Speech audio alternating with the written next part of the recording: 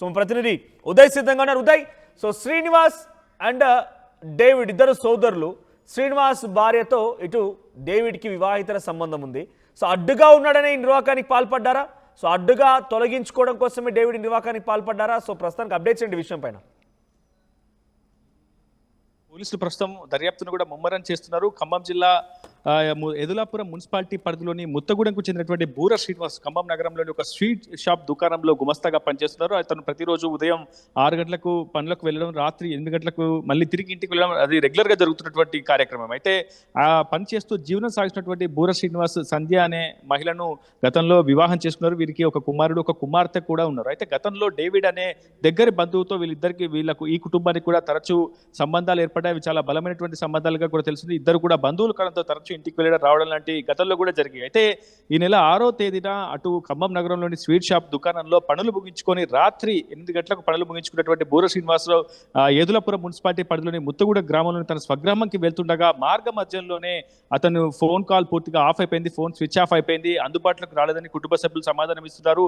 మరోవైపు అతని ఆచూకీ కోసం కూడా పూర్తి స్థాయిలో గాలింపు చర్యలు కూడా చేపట్టారు. కానీ ఎంతకీ బూర శ్రీనివాసరావు కాంటాక్ట్ లోకి రాలేదు. తన కోసం రాత్రంతా కూడా కుటుంబ సభ్యులు కూడా ఆందోళన వ్యక్తం చేస్తూ ఆచూకీ కోసం అటు ముమ్మరంగా గాలింపు చర్యలు చేపట్టినప్పటికీ తన ఆచూకీ లభించకపోవడంతో వెంటనే మరుసటి రోజు 7వ తేదీన ఖమ్మం రూరల్ పోలీస్ స్టేషన్ లో అటు శ్రీనివాసరావు భార్య సంధ్య ఫిర్యాదు మేరకు పోలీసులు కేసు నమోదు చేశారు, దర్యాప్తు కూడా చేపట్టారు. అయితే నిన్న శనివారం అటు కొదుమూరు వందనం వద్ద ఎన్ఎస్పి కెనాల్ పై కొదుమూరు వందనం ఎత్తిపోతల పథకం వద్ద ఒక మృతదేహం లభ్యమైంది పోలీసులకు. వెంటనే ఆ మృతదేహానికి సంబంధించినటువంటి ఆధారాలు సేకరించే ప్రయత్నం చేశారు. అయితే మృతుడు 6వ తేదీన మిస్సింగ్ అయినటువంటి అదృశ్యమైనటువంటి బూర శ్రీనివాస్ గా గుర్తించారు పోలీసులు. వెంటనే కుటుంబ సభ్యులకు కూడా సమాచారం ఇచ్చారు పోలీసులు. అయితే ఆ మృతుడి ఒంటిపై, శరీర భాగాలపై తీవ్రమైనటువంటి గాయాలు కూడా ఉన్నట్లు స్పష్టంగా అర్థమవుతుంది.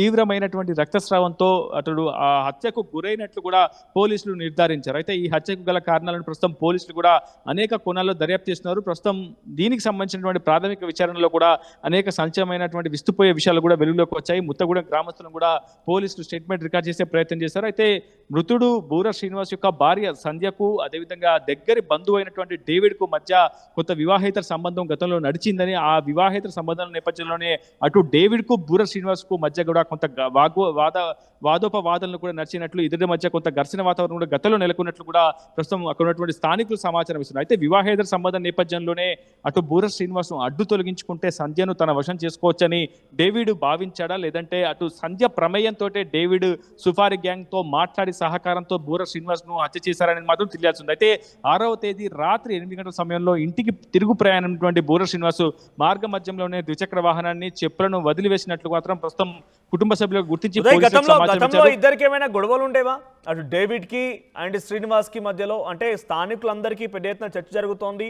ఇక్కడ ఈ సంఘటనలో డేవిడ్ కి అటు సంధ్యకి ఇద్దరికి మధ్య వివాహితర సంబంధం కొనసాగుతుందని చెప్పిన స్థానికుల విషయంలో భర్తకు తెలిసిందా ఎప్పుడైనా గొడవలు జరిగాయా ఇద్దరి మధ్య, అటు భార్య భర్తలకు కానీ లేకపోతే డేవిడ్ కి శ్రీనివాస్ కి మధ్య కానీ?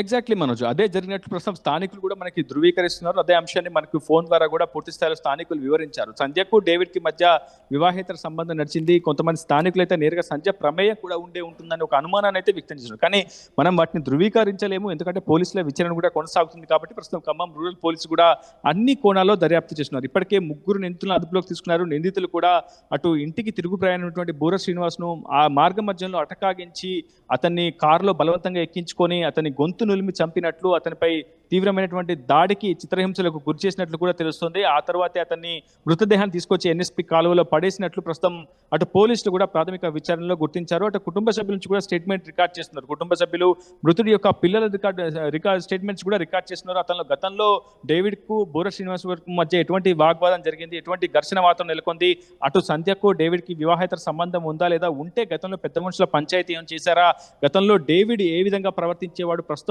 వారు ఎటువంటి మానసిక సమస్యలను కూడా అనుభవిస్తున్నారని తెలిసి ఉంది. ప్రస్తుతం సంధ్య అదేవిధంగా మృతుడు శ్రీనివాస్ యొక్క కుమారుడితో కూడా మనం మాట్లాడే ప్రయత్నం చేశాం. మొదటి నుంచి కూడా డేవిడ్ ప్రవర్తన శైలి కొంత ఆందోళనకరంగానే ఉండే, తమను భయాందోళనకు గురిచేసేవాడు, తమను మానసికంగా తీవ్రమైనటువంటి వేధింపులకు కూడా గురిచేస్తూ వస్తున్నాడు డేవిడ్ అంటూ కూడా కుమారుడు ఇచ్చినటువంటి స్టేట్మెంట్ కూడా ఉంది. సో కుమారుడు చెప్తున్న విధంగా డేవిడ్ చాలా స్పష్టంగా అటు శ్రీనివాసరావు ప్రస్తుతానికి పోలీసులు నిందితులు కూడా అదుపులోకి తీసుకున్నట్టు తెలుస్తోంది.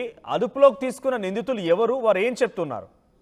ఎస్, ప్రస్తుతం అదే గ్రామానికి చెందినటువంటి డేవిడ్తో పాటు మరొక ఇద్దరిని కూడా ప్రస్తుతం ఖమ్మం రూరల్ పోలీసులు అదుపులోకి తీసుకున్నారు. అసలు ఈ హత్య ఎందుకు చేశారు, ఈ హత్య వెనుకోగల కారణాలు ఏంటి అనే అంశంలో ప్రస్తుతం పోలీసులు అయితే దర్యాప్తు చేస్తున్నారు. ప్రస్తుతం డేవిడ్ ప్రస్తుతం ఖమ్మం రూరల్ పోలీసుల అదుపులోనే ఉన్నట్లు మనకు సమాచారం. డేవిడ్ ఎందుకు ఈ అఘాయిత్యానికి ఒడిగట్టాడు, సొంత వరుసకు అన్న అవుతున్నటువంటి వ్యక్తిని ఎందుకు హతమార్చాడు, ఈ స్థాయిలో ఇంత అత్యంత కిరాతకంగా గొంతు నులిమి చిత్రహింసలకు గురిచేసి చంపాల్సినటువంటి అవసరం ఏముంటుందన్న కోణంలో కూడా ప్రస్తుతం పోలీసులు దర్యాప్తు చేస్తున్నారు. గత కొద్దిసేపు క్రితం శ్రీనివాసరావు భార్య సంజయ్ కూడా ప్రస్తుతం ఖమ్మం రూరల్ పోలీసు స్టేషన్కి పిలిపించారు.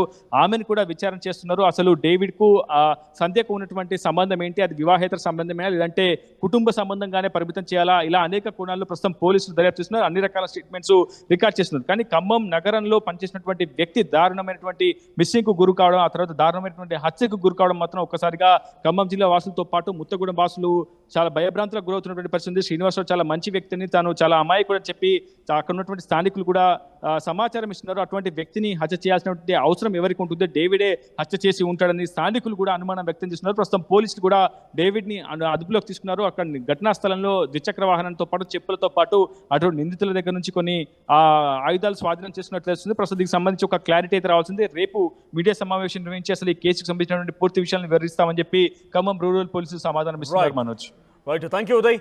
సో మొత్తంగా ఈ నెల 6న బూరా శ్రీనివాస్ అనేటువంటి ఈ వ్యక్తి ఉదయాన్నే పనికి వెళ్ళాడు. ఒక స్వీట్ షాప్లో గుమస్తాగా పనిచేస్తున్నాడు. తిరిగి ఇంటికి వచ్చేటువంటి క్రమంలో కొంతమంది దుండగులు తనని అడ్డుకొని తన ద్విచక్ర వాహనంపై నుంచి తనని కిడ్నాప్ చేసి గొంతు నులిమి కాల్లో పడేసినట్టు తెలుస్తోంది.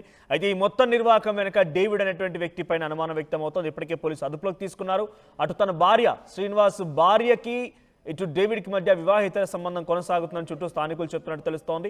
సో ఏదేమైనా ఇప్పటికే పలువురిని విచారిస్తున్నటువంటి పోలీసులు దీని వెనుక ఎవరున్నారు, అటు భార్య సంధ్య అండ్ డేవిడ్ కలిసి చేశారా, సో డేవిడ్ తన వివాహిత సంబంధానికి అడ్డుగా ఉన్నాడని చెప్పి శ్రీనివాస్ని హతమార్చాలని చూశాడా, సో గతంలో కూడా పలుమార్లు ఆయన బెదిరింపులకు పాల్పడుతుండేవాడు, చిత్రహింసలకు గురి చేస్తూ ఉండేవాడు, పిచ్చి పిచ్చిగా మాట్లాడుతుండేవాడు, భయభ్రాంత గురి చేస్తూ ఉండేవాడని చెప్పి శ్రీనివాస్ పిల్లలు, శ్రీనివాస్ కుటుంబీకులు చెప్తున్నట్టు తెలుస్తోంది. శ్రీనివాస్ అనే వ్యక్తి చాలా అమాయకుడు, ఎటువంటి విషయం తెలియదు. సో అటువంటి ఒక వ్యక్తిని ఇంత దుర్మార్గంగా హతమార్చడం ఏంటి అని చెప్పి డేవిడ్ పైన, తన భార్య పైన, డేవిడ్ అండ్ శ్రీనివాస్ భార్య పైన కూడా పలువురు స్థానికులు అనుమానం వ్యక్తం చేస్తున్నారు, సందేహం వ్యక్తం చేస్తున్నారు.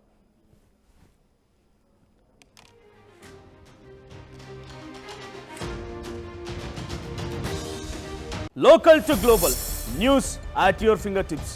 మీ చేతిలో ఒక ఆయుధం. Download R TV app. Media legend Ravi Prakash is back.